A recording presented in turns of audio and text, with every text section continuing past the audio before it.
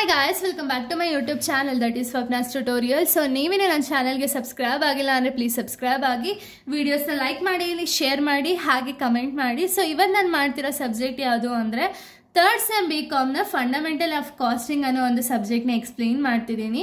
So ಅದರಲ್ಲಿ chapter 3 ಬಂದ್ಬಿಟ್ಟು labour cost ಅಂತ ಹೇಳಿ ಈ ಒಂದು ಚಾಪ್ಟರ್ನ ಎಕ್ಸ್ಪ್ಲೇನ್ ಮಾಡ್ತಿದ್ದೀನಿ. ಆಲ್ರೆಡಿ ನಾನು ತುಂಬ ಚಾಪ್ಟರ್ಸ್ನ ಆಲ್ರೆಡಿ ಅಪ್ಲೋಡ್ ಮಾಡಿದ್ದೀನಿ ಯೂಟ್ಯೂಬಲ್ಲಿ. ಸೊ ಯಾರ್ಯಾರೆಲ್ಲ ಆ ವಿಡಿಯೋಸ್ನ ನೋಡಿಲ್ವೋ ಒಂದ್ಸತಿ ಆ ವಿಡಿಯೋಸ್ನ ನೋಡ್ಕೊಂಡು ಬಂದು ಈ ಒಂದು ವಿಡಿಯೋನ ನೋಡಿ, ಬಿಕಾಸ್ ನಿಮಗೆ ಒಂದು ಕಂಟಿನ್ಯೂಷನ್ ಅನ್ನೋದು ಪ್ರಾಪರಾಗಿ ಸಿಗುತ್ತೆ ಅನ್ನೋ ಒಂದು ರೀಸನಿಂದ. ಸೊ ಈ ಒಂದು ವಿಡಿಯೋದಲ್ಲಿ ನಾನು ಲೇಬರ್ ಕಾಸ್ಟ್ ರಿಲೇಟೆಡ್ ವಿಡಿಯೋನ ಎಕ್ಸ್ಪ್ಲೇನ್ ಮಾಡ್ತಿದ್ದೀನಿ. ಓಕೆನಾ?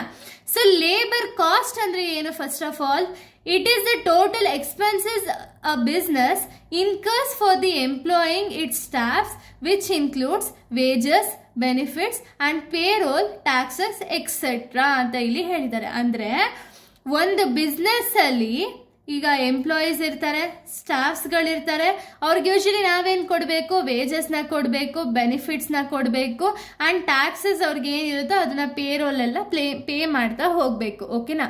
ಸೊ ಬಿಸ್ನೆಸ್ಸೇ ಅಲ್ವಾ ಇಷ್ಟು ಅಮೌಂಟ್ನ ಕೊಡೋದು. ಸೊ ಇಷ್ಟು ಅಮೌಂಟ್ ಬಿಸ್ನೆಸ್ ಪೇ ಮಾಡ್ತಿದ್ದಾರೆ ಅಂದರೆ ಯಾರಿಗೆ ಪೇ ಮಾಡ್ತಿದ್ದಾರೆ? ಎಂಪ್ಲಾಯೀಸ್ಗೆ ಪೇ ಮಾಡ್ತಿದ್ದಾರೆ ಅಲ್ವಾ? ಈ ಎಂಪ್ಲಾಯಿ ಕಂಪ್ನಿಗೆ ಏನಾಗಬೇಕು? ಲೇಬರ್ಸ್ ಅಂತ ಹೇಳಿ ನಾವು ಕನ್ಸಿಡರ್ ಮಾಡ್ತೀವಿ ಅಲ್ವಾ? ಎಂಪ್ಲಾಯಿನ ಲೇಬರ್ಸ್ ಅಂತ ಹೇಳಿ ಕನ್ಸಿಡರ್ ಮಾಡ್ತೀವಿ.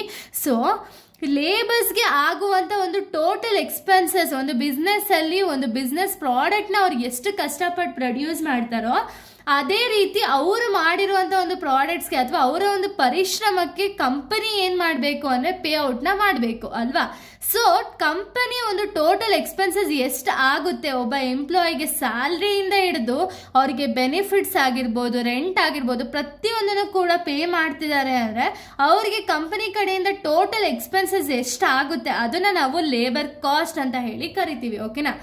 ಟೋಟಲ್ ಎಕ್ಸ್ಪೆನ್ಸಸ್ ಆಫ್ ದಿ ಲೇಬರ್ಗೆ ಎಷ್ಟು ಎಕ್ಸ್ಪೆನ್ಸಸ್ ಇನ್ಕರ್ಡ್ ಮಾಡುತ್ತೆ ಒಂದು ಬಿಸ್ನೆಸ್ಸು, ಅಷ್ಟು ಕಾಸ್ಟ್ಗಳನ್ನ ನಾವು ಲೇಬರ್ ಕಾಸ್ಟ್ ಅಂತ ಹೇಳಿ ಕನ್ಸಿಡರ್ ಮಾಡ್ತೀವಿ. ಓಕೆನಾ? ಇದರಲ್ಲಿ ಟೈಪ್ಸ್ ಬಂದ್ಬಿಟ್ಟು 2 ಟೈಪ್ಸ್ ಇದೆ ಲೇಬರ್ ಕಾಸ್ಟ್ ಅಲ್ಲಿ. ಒಂದು ಡೈರೆಕ್ಟ್ ಲೇಬರ್, ಇನ್ನೊಂದು ಇಂಡೈರೆಕ್ಟ್ ಲೇಬರ್ ಅಂತ ಹೇಳಿ. ಸೊ ಡೈರೆಕ್ಟ್ ಲೇಬರ್ಸ್ ಬಂದ್ಬಿಟ್ಟು these are the expenses which can be identified and allocate easily. ಅಂದ್ರೆ ಈ ಎಕ್ಸ್ಪೆನ್ಸಸ್ ನಾವು ಬೇಗನೆ ಐಡೆಂಟಿಫೈ ಮಾಡಿ ಬೇಗನೆ ಅಲೋಕೇಟ್ ಮಾಡ್ಬೋದು. ಓಕೆನಾ? Example, wages paid to the workers. ಅಂದ್ರೆ ವರ್ಕರ್ಸ್ಗೆ ನಾವು ವೇಜಸ್ನ ಪೇ ಮಾಡ್ತಿದೀವಿ ಅಂದ್ರೆ ನಾವು ಡೈರೆಕ್ಟ್ ಆಗಿ ಪೇ ಮಾಡ್ತೀವಿ ಅಲ್ವಾ? ಸೊ ಕಂಪನಿ ಆ ವರ್ಕರ್ಸ್ನ ಫೈಂಡ್ ಔಟ್ ಮಾಡುತ್ತೆ, ಫೈಂಡ್ ಔಟ್ ಮಾಡಿ ಅವ್ರಿಗೆ ವೇಜಸ್ ಅನ್ನೋದನ್ನ ಪ್ರೊವೈಡ್ ಮಾಡ್ತೀವಿ.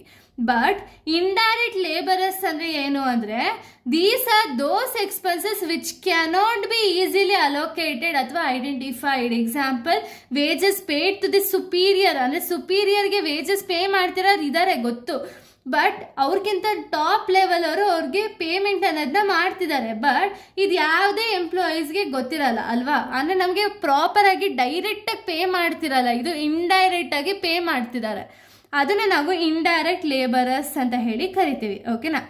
ಇದಾದ್ಮೇಲೆ methods of payment in wages. Payment methods ಬಂದ್ಬಿಟ್ಟು ಇಷ್ಟು ಮೆಥಡ್ಸ್ ಇದೆ. ಓಕೆನಾ? ಇಷ್ಟು ಮೆಥಡ್ಸ್ ರಿಲೇಟೆಡ್ ನಿಮಗೆ ಪ್ರಾಬ್ಲಮ್ಸ್ ಅನ್ನೋದು ಅರೈಸ್ ಆಗುತ್ತೆ. ಓಕೆನಾ? ಸೊ ಇದ್ರಲ್ಲಿ ನಿಮ್ಗೆ ಯಾವ್ದಾದೆಲ್ಲ ಮೆಥಡ್ ಇದೆ? ಟೈಮ್ ರೇಟ್ ಸಿಸ್ಟಮ್ ಇದೆ, ಪೀಸ್ ರೇಟ್ ಸಿಸ್ಟಮ್ ಇದೆ, ಇನ್ಸೆಂಟಿವ್ ವೇಜ್ ಸಿಸ್ಟಮ್ ಅಲ್ಲಿ 3 ಟೈಪ್ಸ್ ಇದೆ. ಒಂದು ಟೇಲರ್ಸ್ ಡಿಫ್ರೆನ್ಶಿಯಲ್ ಪೀಸ್ ರೇಟ್ ಅಂತ ಹೇಳಿ, ಇನ್ನೊಂದು ಹಲ್ಸಿ ಪ್ರೀಮಿಯಂ ಪ್ಲಾನ್, ಇನ್ನೊಂದು ರೋಹನ್ ಪ್ರೀಮಿಯಂ ಪ್ಲಾನ್ ಅಂತ ಹೇಳಿ.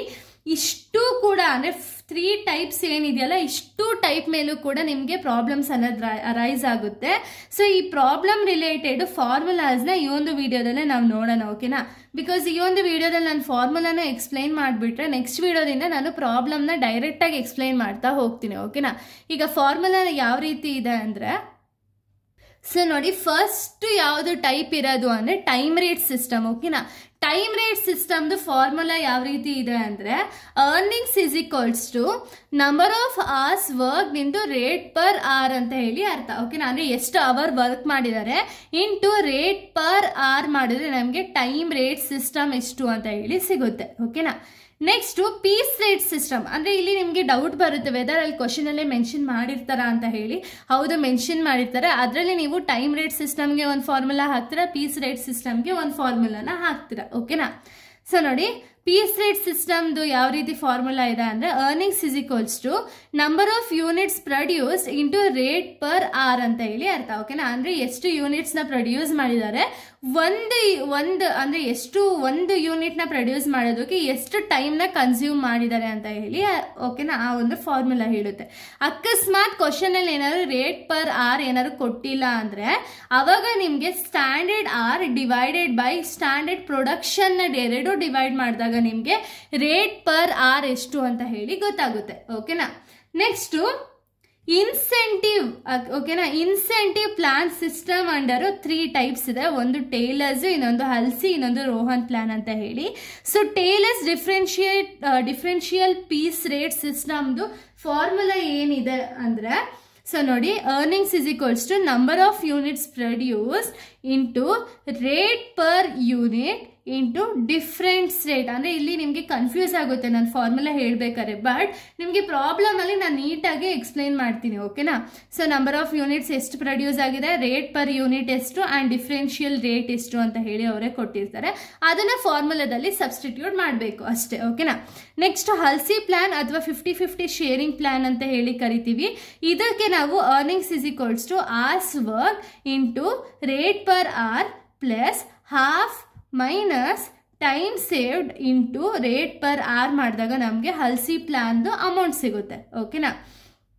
ನೆಕ್ಸ್ಟ್ ರೋಹನ್ ಪ್ಲಾನ್ ಸಿಸ್ಟಮ್ನ ನಾವು ನೋಡೋದಾದ್ರೆ, ರೋಹನ್ ಪ್ಲಾನ್ ಸಿಸ್ಟಮ್ ಬಂದ್ಬಿಟ್ಟು earnings is equals to hours work into rate per hour plus time save divided by time taken minus hours work into rate per hour ಮಾಡಿದ್ರೆ ನಮಗೆ Rohan plan ಸಿಸ್ಟಮ್ಗೆ answer ಸಿಗುತ್ತೆ. ಓಕೆನಾ?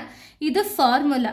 Next ವಿಡಿಯೋದಿಂದ ನಾನು ಪ್ರಾಬ್ಲಮ್ನ ಡೈರೆಕ್ಟಾಗಿ ಎಕ್ಸ್ಪ್ಲೈನ್ ಮಾಡ್ತೀನಿ. ಆವಾಗ ನಿಮಗೆ ಪ್ರಾಪರಾಗಿ ಇನ್ನೂ ಚೆನ್ನಾಗಿ ಅರ್ಥ ಆಗುತ್ತೆ. ಓಕೆನಾ?